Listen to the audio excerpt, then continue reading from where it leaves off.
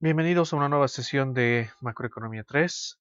Lo que vamos a ver a continuación es una representación del vaciado de mercado de, que hemos estado viendo con respecto a una economía simplificada y que cuenta simplemente con unos cuantos mercados. En este caso, lo que vamos a hacer es hacer una representación un tanto más general para verificar cómo se cumple esto para muchos mercados.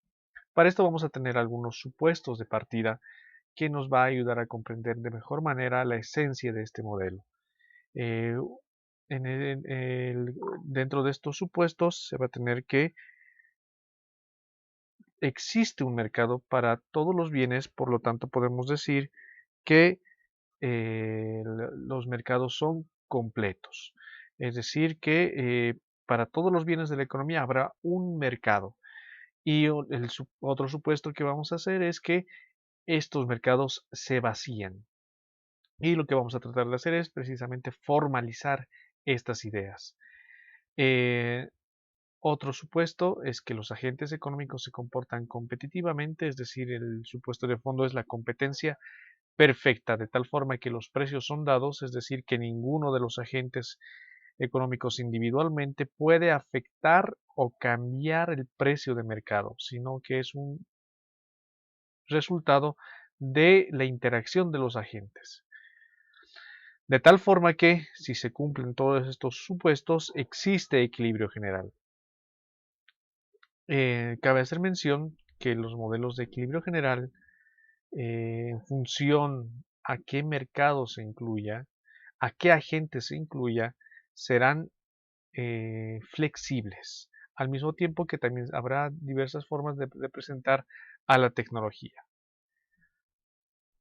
Vamos a representar ahora un modelo de intercambio puro.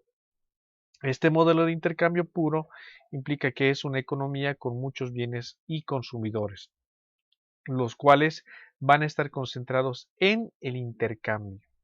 Dado esto, no nos vamos a preocupar por la producción, debido a que es un intercambio puro, no nos interesa o no está dentro de los límites de este modelo abordar cómo se producen las tecnologías, qué se produce, para quién se produce.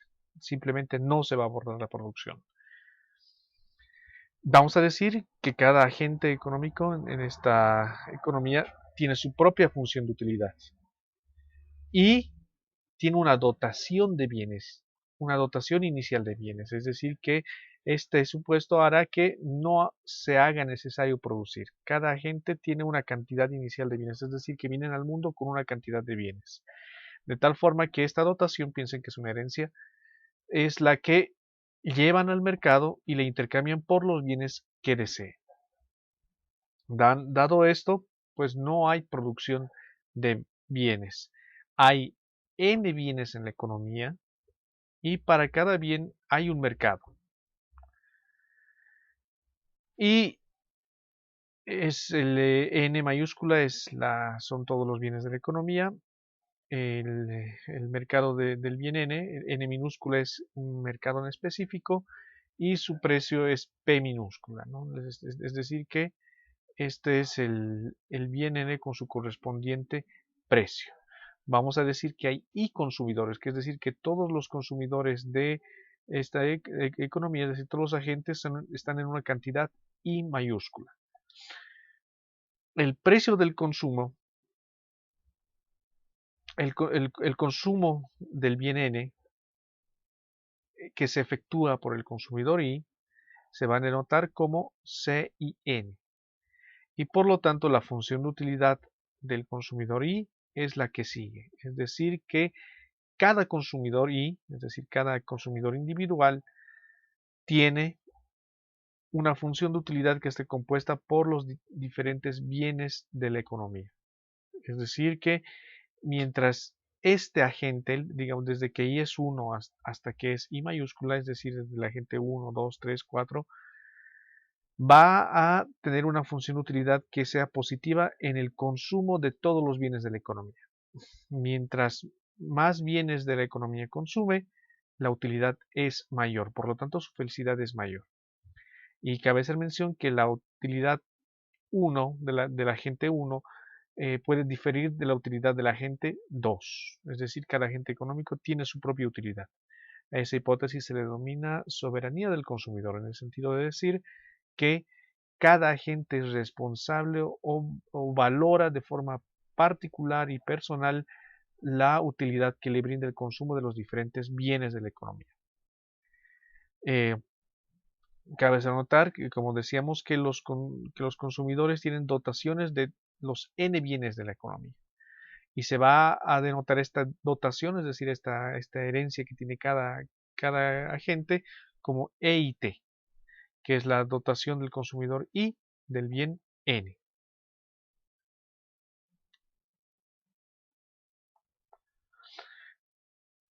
Se va a tener que en un inicio todos los consumidores se reúnen con la finalidad de intercambiar sus dotaciones. Y de esa forma, al intercambiar sus dotaciones, obtienen los bienes que desean. Si el consumidor I puede intercambiar todas sus dotaciones, su ingreso total viene dado por todas las dotaciones que tiene representadas por la letra E de los N bienes multiplicado por el precio de cada bien N y se suma, por lo tanto, el valor de su venta desde el primer bien hasta el último. Y una vez que tiene este valor de dotación, una vez que ha recibido dinero por vender su dotación, el agente puede realizar gasto en consumo, de tal forma que el consumo es igual a el consumo del bien N por su correspondiente precio N, es decir, el valor del consumo, desde el consumo del bien 1 hasta el bien N. De esta forma, el consumidor I, es decir, cada consumidor, desde el primer agente, el segundo, el tercero, el cuarto, el quinto, hasta el I, hasta el I mayúscula, es decir, hasta el último, se enfrenta a un problema de maximización. El problema de maximización es maximizar su utilidad dado el consumo de todos los bienes que intervienen en su función de utilidad, sujeto a la restricción de que lo que consume, el valor de lo que consume, debe ser igual al valor de sus dotaciones. De tal forma que no se puede consumir más allá de lo que no se tiene. Y de esta forma se debe cumplir también la condición de vaciado de mercado para un bien y todos los consumidores. Es decir, en este caso vamos a verificar que la sumatoria del consumo de el primer agente más el segundo agente más el tercer agente más el cuarto agente hasta el último agente debe ser igual a la sumatoria de las dotaciones del primer agente, el segundo, tercer, cuarto y hasta el último consumidor.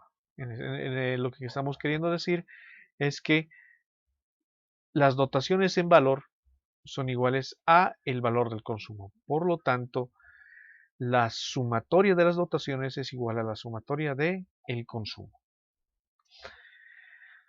Cabe hacer notar que la cantidad de agentes de la economía I es un número entero y positivo. Quiere decir que estamos hablando de 1, 2, 3, 4 y no podemos hablar de consumidores negativos, ¿no? Tienen que ser positivos. Al mismo tiempo, la cantidad de bienes de la economía también son positivos. No podemos hablar de menos 2 bienes, ¿no? Estamos hablando de 2 o más bienes. Las dotaciones son positivas y las funciones de utilidad son crecientes en todos sus argumentos. Quiere decir que mientras más se consuma del bien 1, más se consuma del bien 2, más se consuma del bien 3 y hasta el último bien, la función de utilidad va a ser creciente. De esta forma se garantiza que los precios son de equilibrio.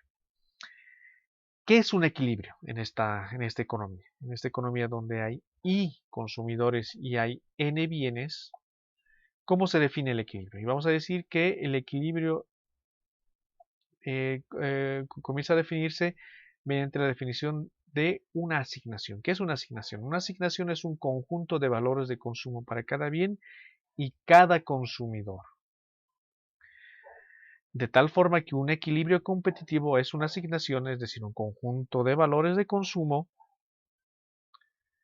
y un conjunto de precios que cumple ¿qué? Tenemos aquí el conjunto de valores de consumo, es decir, el consumo de bienes para el agente 1, que consume el bien 1, el bien 2, el bien 3, el, consumo del agente 2, que consume igual el bien 1, el bien 2, el bien 3, el agente 3, que consume el bien 1, el bien 2, el bien 3, hasta el último agente I, que consume el bien 1, el bien 2 y el bien 3. Y tenemos también un conjunto de precios para cada uno de estos bienes. Con los precios dados, el consumidor I elige la solución a su problema, dado por un conjunto de consumo. La solución a su problema de maximización es una cantidad de el bien 1, una cantidad del bien 2, una cantidad del bien 3 y así hasta el último bien de la economía que es N. Entonces, dada la asignación, es decir, el conjunto de valores de consumo y los precios dados, se satisface la condición de vaciado de mercado. Así es como se define el equilibrio, es decir, que al mismo tiempo todas las dotaciones de esta economía se igualan a todo el consumo de la economía,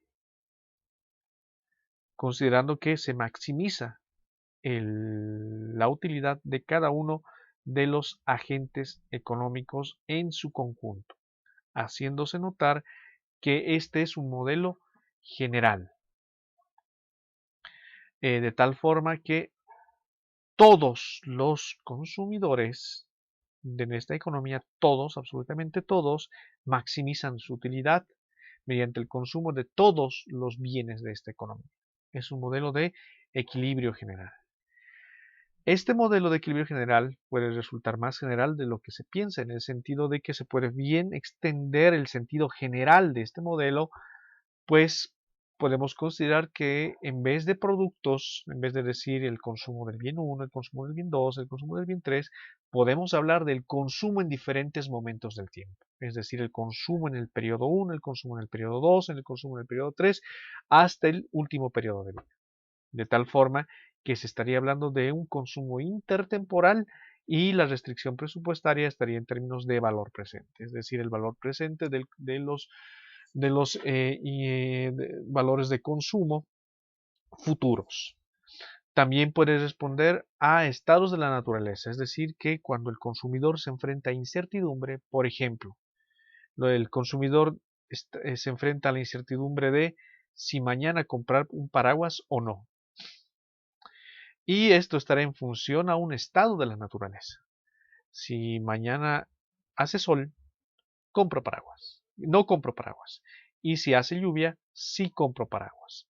Por lo tanto, los bienes son contingentes. Quiere decir que si llega el día de mañana, hace sol, no compro el paraguas.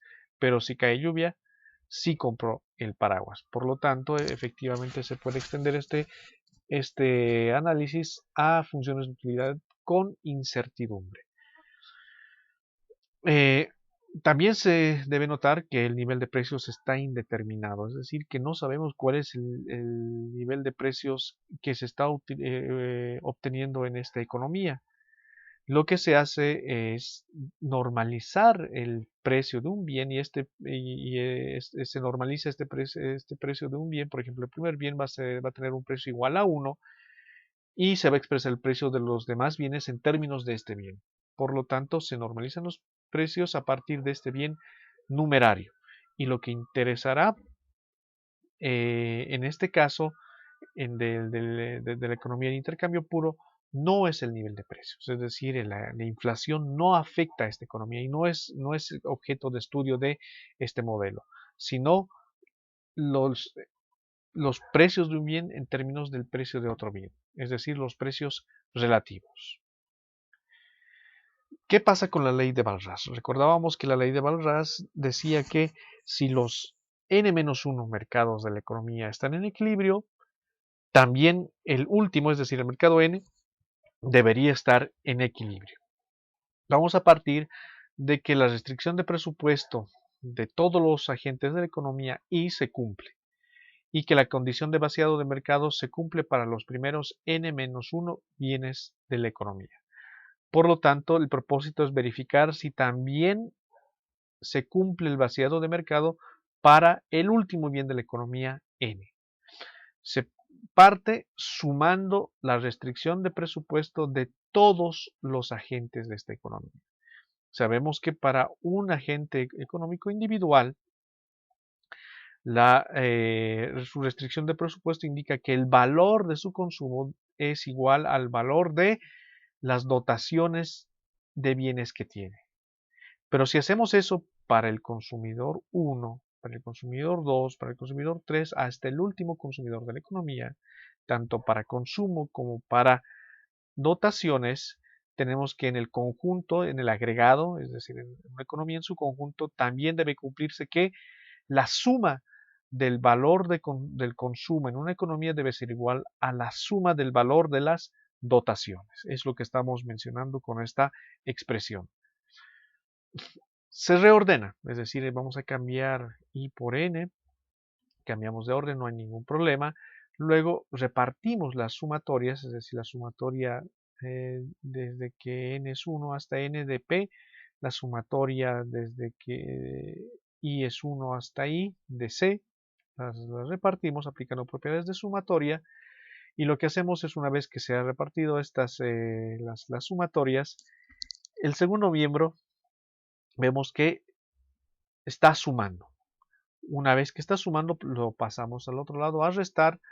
Una vez que está restando, notamos que hay un factor común, que es la sumatoria desde que n es 1 hasta n de pn, la sumatoria que es desde n igual a 1 hasta n de pn, por lo tanto podemos factorizar.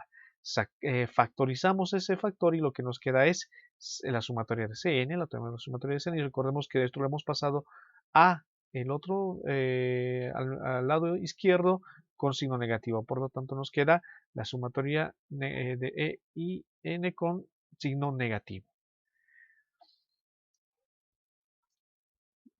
Resulta que tenemos aquí la diferencia entre el consumo y la dotación total de n bienes. Si suponemos que sabemos que, que el mercado de los n-1 bienes se vacía, únicamente nos quedaría el mercado del último bien. Entonces ya no necesitamos hacer la suma desde que desde el primer mercado hasta el último mercado, sino lo que nos interesa es el último mercado, el mercado N. Por eso es que expresamos el precio del mercado N y estamos en el caso de verificar si se cumple o no el vaciado de mercado del último bien de la economía. Y lo que estamos representando es el consumo de todos los consumidores de la economía del último bien de la economía.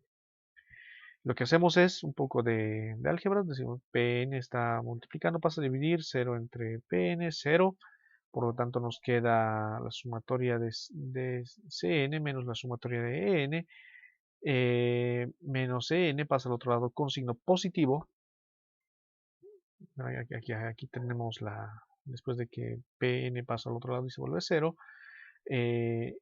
la sumatoria de En está con el signo negativo, pasa con signo positivo y por lo tanto podemos decir que la sumatoria del consumo del último bien de la economía para todos los agentes de la economía es igual a las dotaciones del último bien de la economía para todos los agentes. Por lo tanto, el vaciado de mercado del último bien de la economía N también se cumple. Es decir, que lo que hemos probado es efectivamente que la ley de Balras se cumple. Lo que en última instancia estamos diciendo que los gastos son iguales a los ingresos. ¿Gastos en qué? Gastos en consumo son iguales a los ingresos. Ingresos en términos de dotaciones para todos los bienes de la economía y para todos los consumidores de la economía. Es decir, que el mercado de todos los bienes está en equilibrio. Dado esto, cambiamos de perspectiva, ya pasamos al libro de José de Gregorio y abordamos el capítulo 3 donde comienza a abordar, a tocarse el tema de consumo. Ya tenemos los principales elementos de representar una economía con sus diferentes mercados y ya tenemos una intuición de lo que puede representar el consumo para los agentes económicos. Que hacer mención que en los diferentes países el consumo es una variable clave debido a que es aproximadamente el 65% del PIB de los países. También cabe hacer notar que la inversión es el 20% del PIB de los países, es decir, que solamente entre consumo e inversión se estaría explicando el 85% del PIB de los países.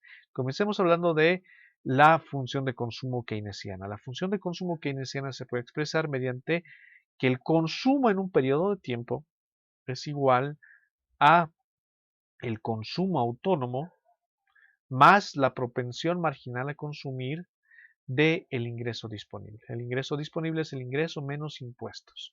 Cabe hacer mencionar que el ingreso disponible es en el periodo T. Por lo tanto, el consumo en el periodo T es igual a el consumo autónomo más la propensión marginal a consumir del ingreso disponible en el mismo periodo. ¿Qué es la propensión marginal a consumir?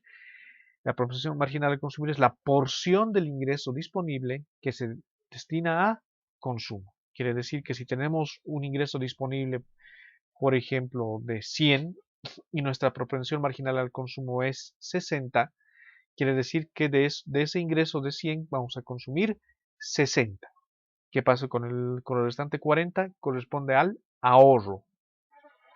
¿Y qué es el consumo autónomo? El consumo autónomo es aquel consumo que se explica independientemente del ingreso. ¿Cómo puede ser que las personas consuman sin tener ingreso? Pues el argumento es que, por ejemplo, las personas para vivir tienen que comer. Es decir, que independientemente de su nivel de ingreso, hay un nivel de consumo positivo. La propensión marginal a consumir está entre 0 y 1, es decir, que es un porcentaje, es decir, si está representando en qué porcentaje del ingreso disponible se transforma en consumo. Por lo tanto, la propensión marginal a consumir nos estará mostrando la variación del consumo cuando cambia el ingreso disponible. Y aquí tenemos la función consumo keynesiana, donde vemos que es una función positiva del consumo sobre el ingreso disponible. Al mismo tiempo, también se puede encontrar la propensión media a consumir, entendida esta como la parte del ingreso disponible para consumir. La propensión media a consumir indica que aproximadamente, dado un ingreso, cuánto se consume. Y en general, la propensión media a consumir tendería a disminuir, debido a que conforme aumenta el ingreso, el consumo no aumenta en el mismo ritmo. Quiere decir que hay gente que tiene mucho ingreso, por ese mucho ingreso no significa que consuma en el mismo ritmo que aumenta sus ingresos. Pensemos en un caso extremo. Carlos Slim tiene ingresos por millones y millones de pesos. No significa que todos los días ande gastando millones y millones de pesos. Lo que predice precisamente la propensión media a consumir es que conforme aumenta el ingreso, el consumo aumenta menos. Lo que estaría mostrando la función de consumo keynesiana es una relación estable entre consumo e ingreso disponible, pero podemos decir una relación mecánica. Simplemente, si yo hoy tengo ingreso, una parte de ese ingreso lo consumo. No me interesa el mañana, no me interesa el pasado. Es decir, es una relación estática y contemporánea. No me interesa aparte otros aspectos, como por ejemplo la tasa de interés. De tal forma que esta tendencia de que el consumo y el ingreso disponible se muestre que efectivamente se mueven en el mismo sentido en el largo plazo, no significa que una esté causando a la otra. Entonces, lo que se hace necesario es explicar de mejor manera el consumo. Hablemos de la restricción presupuestaria intertemporal. Ya la hemos tocado en el avance del libro de Barro, de Robert Barro. En el libro de José de Gregorio se plantea esta restricción como una crítica a la teoría keynesiana, en el sentido de decir que el consumo no es mecánico, es decir, yo solamente considero mi ingreso de hoy y consumo hoy. El día de mañana espero a ver mi ingreso, en función al ingreso del día de mañana, mañana yo consumiré sin considerar mi ingreso pasado ni el ingreso futuro. No se está considerando que los agentes económicos planifican su consumo, de tal forma que tienen necesidades de consumo e ingreso que varían a lo largo del tiempo.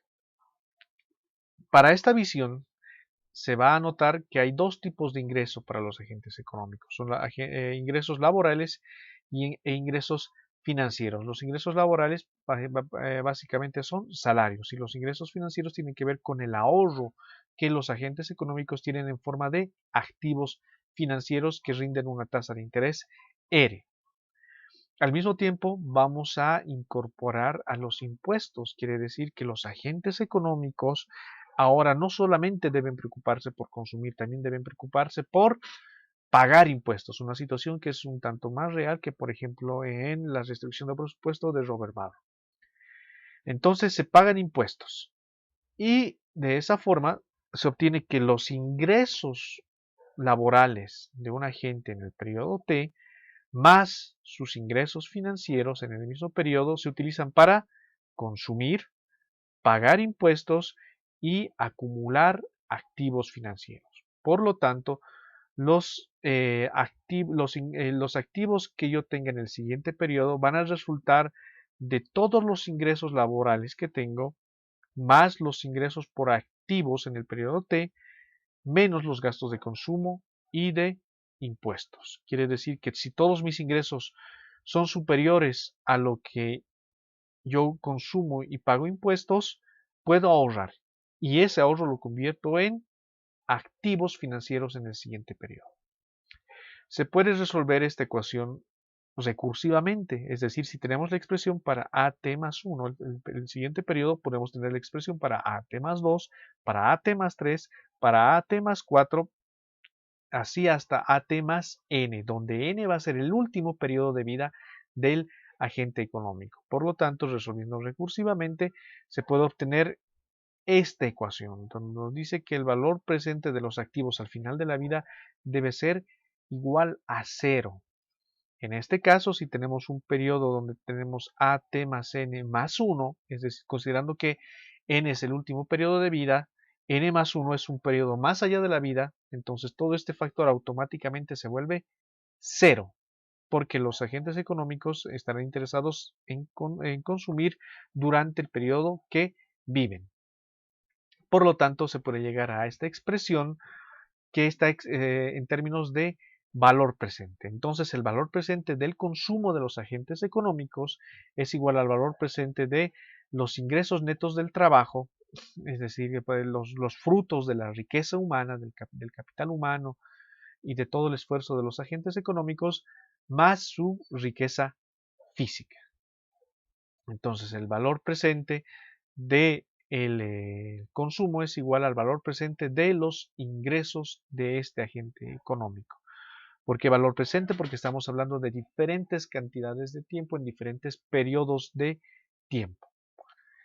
Nuevamente lo repetimos, el valor presente del consumo es igual al valor presente de la riqueza humana más la riqueza física, los ingresos laborales más los ingresos financieros. No se puede consumir más allá de la riqueza total. Esta es una restricción de presupuesto. Es decir, si alguna vez nos endeudamos y podemos decir, yo consumo más de lo que gano, en algún momento se tiene que pagar la deuda en el futuro. Por lo tanto, se considera todos los ingresos y todos los gastos. Y más allá de lo que se tenga en el global de la vida, no se puede consumir. Esta expresión, junto con la evidencia que muestra el libro de José Gregorio, nos estaría mostrando que la tasa de interés efectivamente tiene un impacto sobre el consumo, pero ese impacto es, podríamos denominarle débil. Quiere decir que la tasa de interés influye sobre el consumo, pero no influye tanto. Es decir, las decisiones de consumo estarán más orientadas con respecto a los, ingresos, pero hay que ver si estos ingresos son temporales o permanentes. Para esto abordamos la teoría del ciclo de vida de Franco Modigliani. Y en esta teoría del ciclo de vida lo que se plantea es que los agentes económicos tienen etapas en su vida, etapas en las cuales no perciben ingresos, es decir, no tienen ingresos, por ejemplo, cuando los agentes son jóvenes, son estudiantes, están en la primaria, secundaria, preparatoria, y de repente ya en la universidad se realiza la transición entre no percibir ingresos y percibir ingresos mediante trabajo, es decir, posteriormente los agentes luego de no percibir ingresos perciben ingresos mediante su trabajo, trabajan algunos años y una vez que llegan a la finalización de su vida laboral se jubilan. Dado este ciclo de vida de los agentes económicos querrán suavizar su consumo en el nivel C barra, de tal forma que cuando no tienen ingresos desahorrarán y cuando tengan ingresos ahorrarán. De la misma forma, planteamos aquí que el consumo, el valor barra de consumo es el valor de suavizado de consumo, el consumo que se planea efectuar durante todo el ciclo de vida de un agente económico está dado por su riqueza financiera y sus correspondientes ingresos previo pago de impuestos.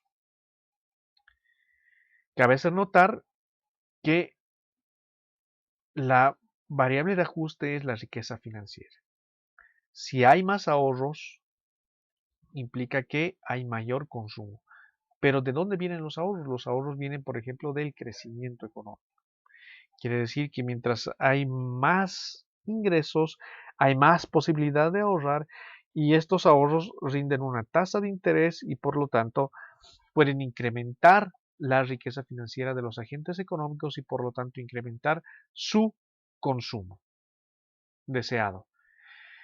Es la gráfica que muestra ese patrón que hemos visto, es decir, C barra es el consumo deseado a lo largo de la vida de los agentes económicos, el cual mantienen mientras no tienen ingresos, es decir, que se endeudan, sus activos netos disminuyen, posteriormente trabajan, tienen ingresos mayores a los del consumo deseado, por lo tanto ese excedente de ingreso lo ahorran, sus activos netos aumentan y una vez que se jubila, la gente vive de los ahorros que ha acumulado en su vida laboral, hasta el punto de su muerte en el periodo N. Por lo tanto, el agente económico desea suavizar su consumo, es decir, mantener un nivel de consumo constante a lo largo de su vida. Esto trae a colación algunos aspectos importantes, como es el caso de la seguridad social. El tema de la seguridad social es relativamente importante porque implica cómo se gestionan los ahorros de los agentes económicos para su jubilación. Hoy en día estamos ante un panorama en el cual el sistema de seguridad social pretende ser alterado, pretende ser cambiado con alguna propuesta alternativa a las AFORES. Pero veamos qué tipos de sistema de seguridad social existen. En los países existen los sistemas de reparto y los sistemas de capitalización individual. ¿Qué es el sistema de reparto? El sistema de reparto implica que la población joven, la población que actualmente trabaja, aporta una cantidad de dinero para su jubilación. Se toma todos los aportes de los activos en la economía y con esa bolsa se reparte a los jubilados actuales. De tal forma que los jóvenes pagan la jubilación de los viejos. Ese es un sistema de reparto típico. Un sistema de capitalización individual como el que opera en México desde el año 96 a través de las AFORES, lo que hace es crear una cuenta de ahorro individual de tal forma que los agentes económicos, cuando se les descuente en su papeleta de pago la correspondiente suma al Afore, se está descontando aproximadamente el 6% de su salario. Ese 6% va a una cuenta, la cual se va acumulando y también va rindiendo una tasa de interés, de tal forma que cuando llegue el momento de jubilarse, este agente económico recibe lo que ahorró durante toda su vida, más una correspondiente tasa de interés. De tal forma que aquí surge un detalle en el sentido de que los agentes económicos durante el periodo de su vida laboral pueden ahorrar más. Y ahorrar más implicará que tendrán una mejor jubilación. Por eso es que dentro del sistema de capitalización individual actualmente vigente, se trata de fomentar a los agentes económicos que hagan aportes adicionales al 6%, de tal forma de que se tengan a la finalización de su vida laboral, puedan mejorar su jubilación. Es decir, por ejemplo, si se aumenta el aporte del 6%, por ejemplo, al 15%, la jubilación será significativamente mejor. Entonces, hay aquí dos diferencias. En primer lugar, el retorno, es decir, el aumento del sistema de reparto, viene dado por el crecimiento de la población y los ingresos que se capturan. Es decir, que a los jóvenes se les puede descontar una cantidad elevada o una cantidad menor. Mientras más se les descuente, mayor será el fondo para los jubilados actuales. Al mismo tiempo que si se da un crecimiento de la población, hay mucha gente joven a la cual se le descuenta y se genera una bolsa mayor para repartir a los jubilados actuales. Pero esto no es sostenible, debido a que si hoy tenemos muchos jóvenes, esos jóvenes en unos cuantos años, por ejemplo, en unos 30 años, llegarán a la finalización de su vida laboral y tendrán que jubilarse. Y en aquel entonces, si por ejemplo no aumentó a la par la población, y se da el caso de, por ejemplo, Europa, es decir, que los jóvenes disminuyen y hay muchas personas viejas, se tendrá que, por ejemplo, que los aportes de los jóvenes no van a ser suficientes para la enorme cantidad de población vieja. Por lo tanto, el sistema de reparto tiene ese riesgo de que puede quebrar.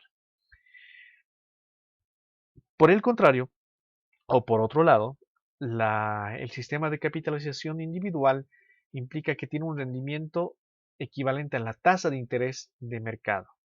Quiere decir, como es un fondo personal individual que se va ahorrando y se va reinvirtiendo, las administradoras de fondos de pensiones lo que hacen es tomar esos fondos individuales e invertirlos en el mercado.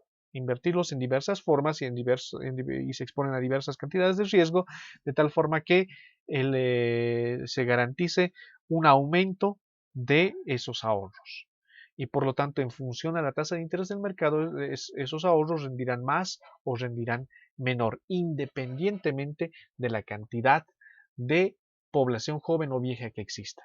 Porque para el sistema de capitalización individual lo que interesa son los ahorros personales. Cabe notar que estos sistemas existen ¿por qué? Porque a la sociedad obliga a ahorrar a los agentes, puesto que estos sufren de lo que se denomina inconsistencia intertemporal. Quiere decir que los agentes económicos pueden comportarse de forma irresponsable, en el sentido de que si no se les obliga a ahorrar para su vejez, estos agentes económicos simplemente se descuidan y no ahorran para su vejez. Y llegado el momento de su vejez, esperan a que el Estado se haga cargo, de que el gobierno se haga cargo y que de alguna forma no los deje morir, ¿no es cierto? Entonces, estos sistemas hacen que todo aquel trabajador formal que recibe un salario debe ahorrar obligatoriamente para su jubilación, debido a que los agentes económicos típicamente son descuidados. Al mismo tiempo, la jubilación implica una recirculación o una reposición de trabajadores, en el sentido de que conforme aumenta la edad, los agentes van perdiendo productividad, es decir, su productividad es baja. Por lo tanto, se va reemplazando con la jubilación agentes de baja productividad con agentes de alta productividad más jóvenes.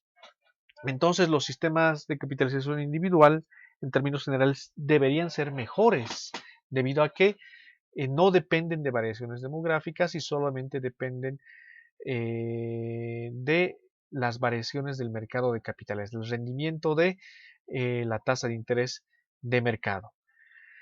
Esto es positivo en el sentido de que con los fondos de capitalización individual se genera ahorro personal, que es administrado por las administradoras de fondos de pensiones, las cuales invierten estos fondos, es decir, ponen estos fondos en el mercado de capitales de tal forma de obtener un rendimiento. Por lo tanto, ese ahorro individual se convierte en ahorro agregado, que contribuye a la economía, a la generación de capital y de actividad productiva.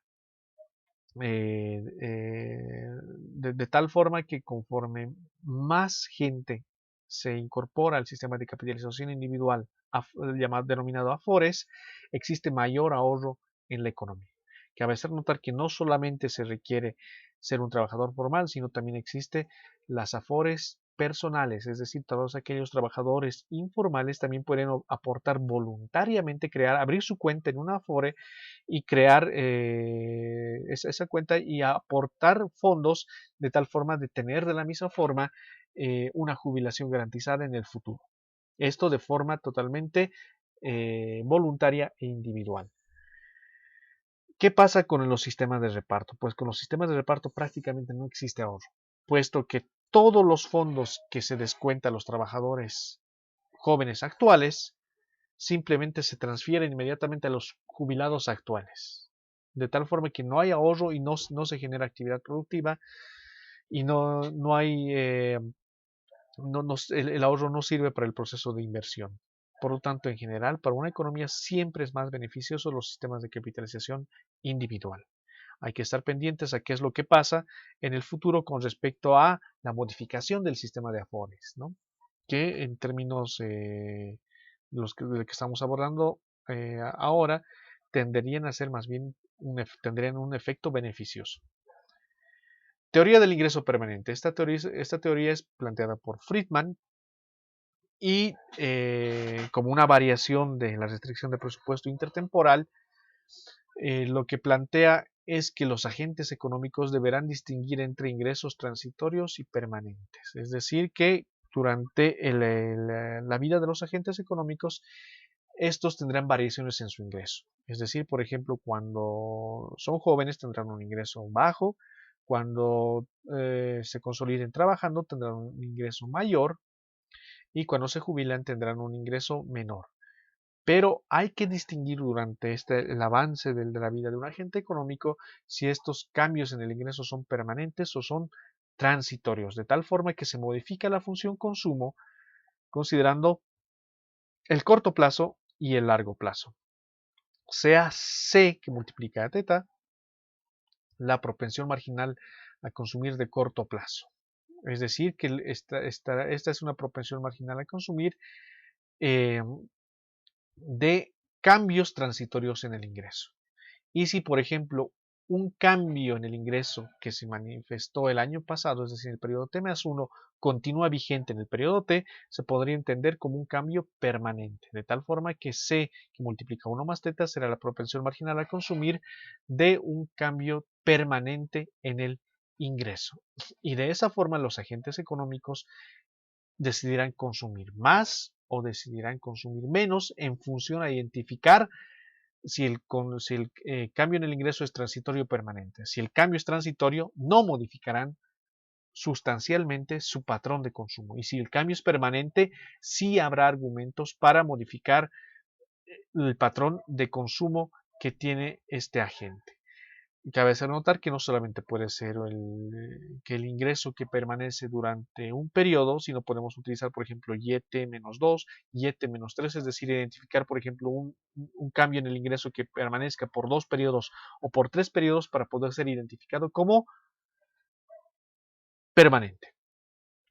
De esta forma, logramos cubrir el capítulo de consumo del libro de José de Gregorio para que en la siguiente sesión abordemos los capítulos de inversión y gasto de gobierno. Estamos próximos al examen, vayan estudiando el libro de José de Gregorio, los capítulos correspondientes a consumo, inversión y gasto de gobierno, junto con lo que hemos visto de la última parte del libro de Barro, es decir, vaciado general de mercados. Terminamos la sesión, espero que estén muy bien, hasta luego.